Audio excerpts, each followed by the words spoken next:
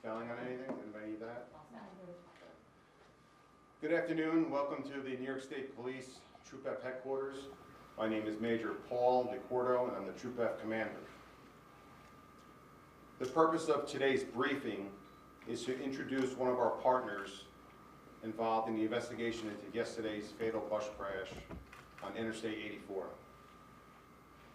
Here with me today is investigator in charge John Hum from the National Transportation Safety Board. Before I turn it over to Investigator Hum, I want to add that this is still a very active investigation, and the state police will continue to work with all our partners at every level. I will not be providing an update at this time, as this is an NTSB briefing. However, any new updates will be posted on the New York State Police newsroom. At this time, I'd like to introduce Investigator in Charge John Hum from NTSB. Thank you, Major. Appreciate it. Good afternoon. My name is John Hum, and I work with the National Transportation Safety Board, or the NTSB. I'm a survival factors investigator, and also for this case, I am the investigator in charge. So the NTSB is an independent federal agency that's been charged by Congress to investigate transportation accidents across all modes. So we're probably best known for our role in aviation accidents, where we are the primary authority to investigate any type of U.S. Aircraft crash. But we also have other divisions which include railway, pipeline, and hazardous materials, marine, and then in my case, the Office of Highway Safety. So I'd just like to start by offering our condolences to the families and the victims of this terrible tragedy, and also just acknowledge the tremendous loss to the community. I'd also like to thank the New York State Police and the first responders, so the emergency responders. The NTSB has worked with the New York State Police in the past, and we've had tremendous cooperation from that agency. So we're looking forward to working with them. I'd like to stress right now that we have very little information. I myself just got here this morning, and we have 2 other investigators that are still en route. I will, however, read a very basic background, which I believe many of you have right now, and I'm just going to read through it. At about 1:30 p.m. Eastern Daylight Savings Time, or Eastern Daylight Time, on Thursday, September 21st, 2023, a motor coach operated by Regency Transportation was transporting 40 high school students and 4 adults from Farmingdale, New York School District. The planned destination was a band camp in Greeley, Pennsylvania. The motor coach was traveling westbound on Interstate 84, or I-84, near Wawawanda in Orange County, New York. In this vicinity, I-84 is a 4-lane divided highway with a speed limit of 55 miles per hour with a depressed earthen median.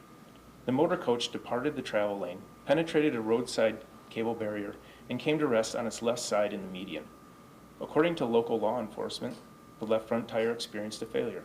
As a result of the crash, multiple occupants were ejected from the motor coach, and 2 received fatal injuries. The remaining occupants were transported to area hospitals for treatment of various injuries. So our team consists of 7 people, and that includes 2 family assistants from Family Assistance, and we expect to be here for about 5 to 7 days. So about our investigation, the NTSB, we're conducting a parallel safety investigation into this collision with the cooperation of the New York State Police. Our investigation is not meant to supersede or replace the New York State Police investigation into this matter. Our goal is to find out what happened, why it happened, and to make safety recommendations to reduce the chance that this sort of accident never happens again.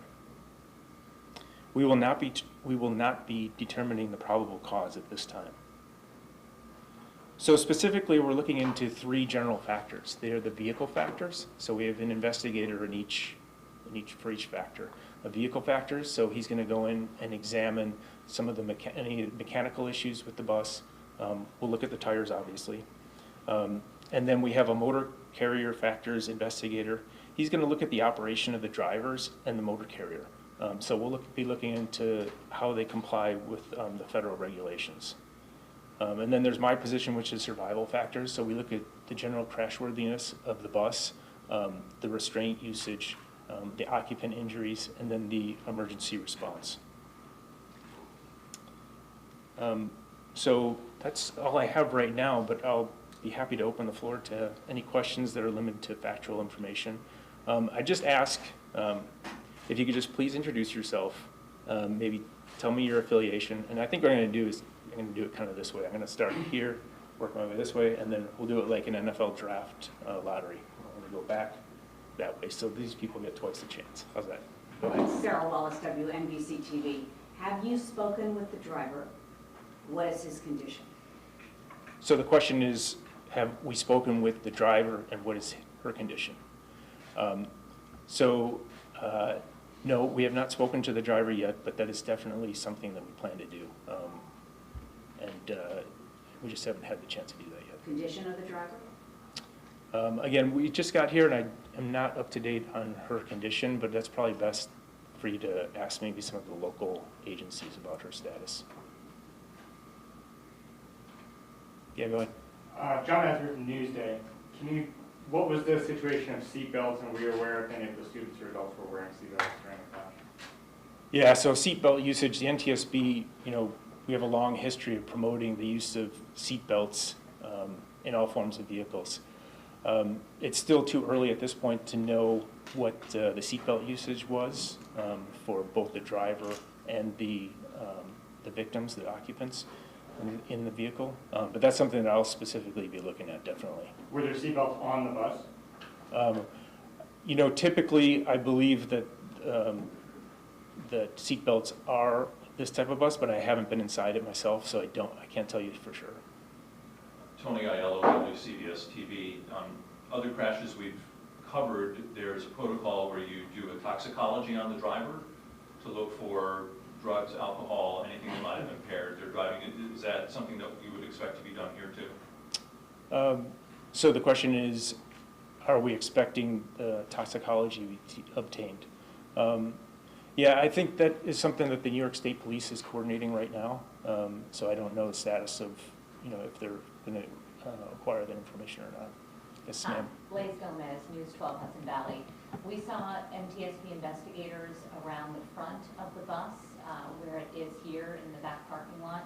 Can you tell us a little bit about what you and your fellow investigators might be looking for? Sure. Yeah, no, so that was me. No, so I was just I wanted to walk around it because we do have plans to interview the victims, and I knew that I was coming to this as well. So just in my mind, I wanted to walk around and get an idea of what happened, because the only thing that I have seen was, the reporting that you people have done and what's been on the news. So it's always nice for me as an investigator to go take a look at, the bus, to go to the scene to try and see what happened, and then talk to the victims, because at least then I can frame better questions. Can you describe the condition of the bus and the damages that it sustained? I think there was probably significant damage, obviously on the side that it rolled onto, but that's about all I could observe from the exterior of the bus. Yes, sir? It's been reported that, the possible cause of the accident is a front tire, a faulty tire exploded, something like that. Can you say anything to respect to that? So the question is, was the cause a faulty tire? So I believe that the police have reported that there was a left, the left front tire, there was a failure.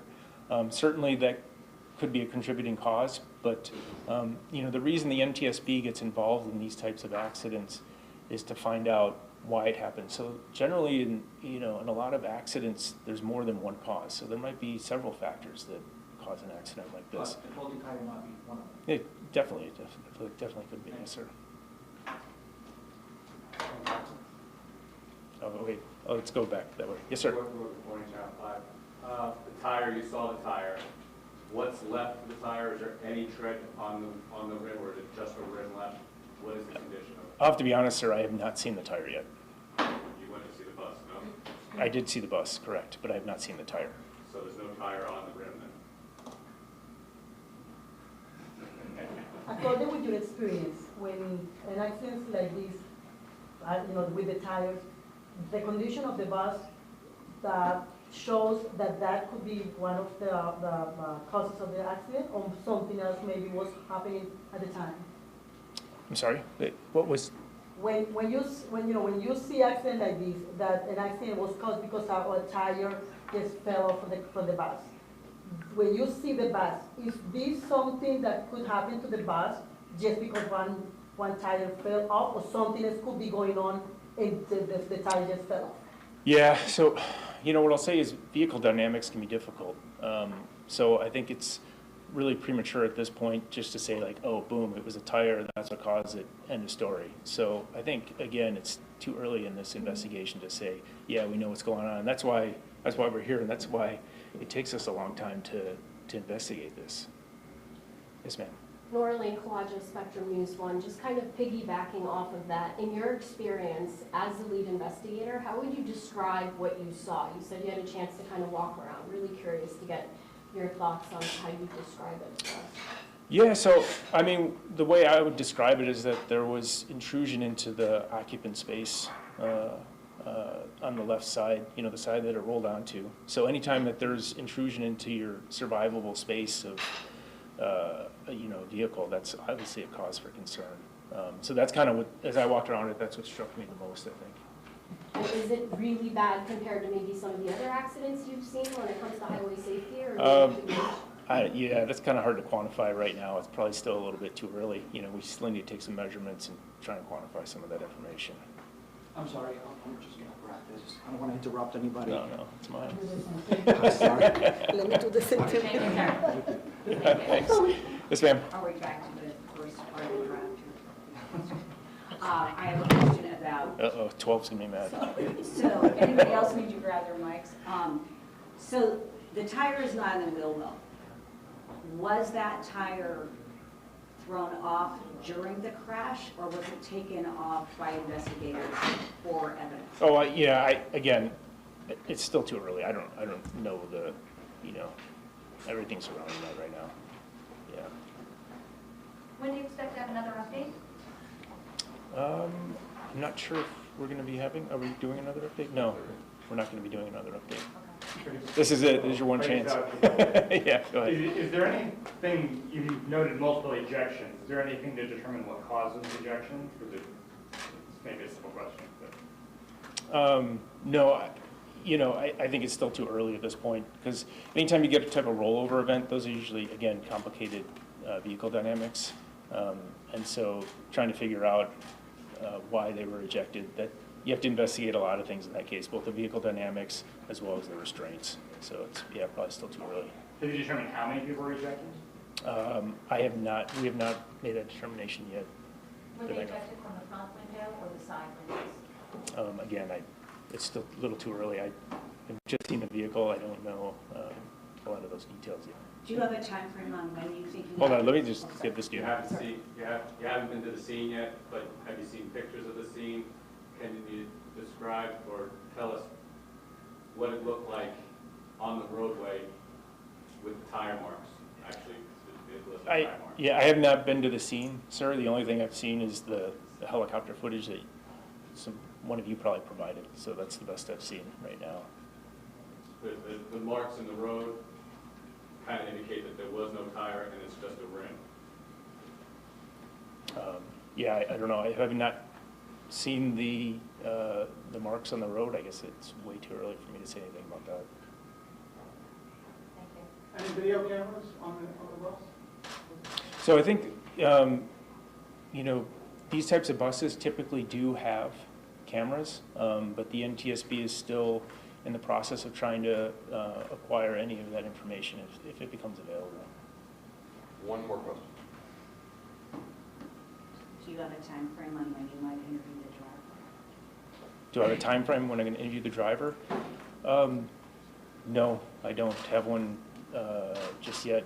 Obviously, in these types of cases, the sooner that we can get to the driver, the better, just because memory tends to go the longer that from the event. So some of that depends on, how she's doing as far as her injuries, and then, when we might be have some time available to talk to her. All right, thanks. Thank you. Thank you. Appreciate it.